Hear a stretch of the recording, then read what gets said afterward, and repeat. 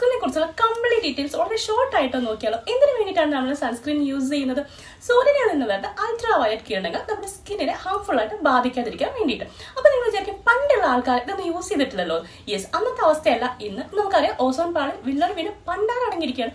So ഇന്നത്തെ കാലത്ത് നമുക്കൊരു സൺസ്ക്രീൻ യൂസ് ചെയ്തേ യൂസ് ചെയ്തില്ല എന്നുണ്ടെങ്കിൽ പെട്ടെന്ന് തന്നെ നമ്മുടെ സ്കിന്നിൽ ചുളിവുകൾ വീഴും. അതുകൊണ്ട് തന്നെ എന്താ നമുക്ക് ഏജ് ഓവർ ഫീൽ ചെയ്യും. അത് മാത്രമല്ല സൺബേൺ, അൾട്രാവയലറ്റ് ബി കിരണങ്ങൾ നമുക്ക് ക്യാൻസർ ഉണ്ടാക്കാൻ വരെ കാരണം. സോ ആൺപെൺ വ്യത്യാസമില്ലാതെ എല്ലാവരും എന്ത് ചെയ്യാം, സൺസ്ക്രീൻ യൂസ് ചെയ്യും. സൺസ്ക്രീൻ ആർക്കൊക്കെ യൂസ് ചെയ്യാം? 6 വയസ്സിന് മേലോട്ട് പ്രായമുള്ള എല്ലാവർക്കും സൺസ്ക്രീൻ യൂസ് ചെയ്യാം. പുറത്തേക്കൊക്കെ പോകുന്നതിന് മിനിമം 15 മിനിറ്റ് മുന്നേ എങ്കിലും നമ്മൾ സൺസ്ക്രീൻ യൂസ് ചെയ്തേക്കണം.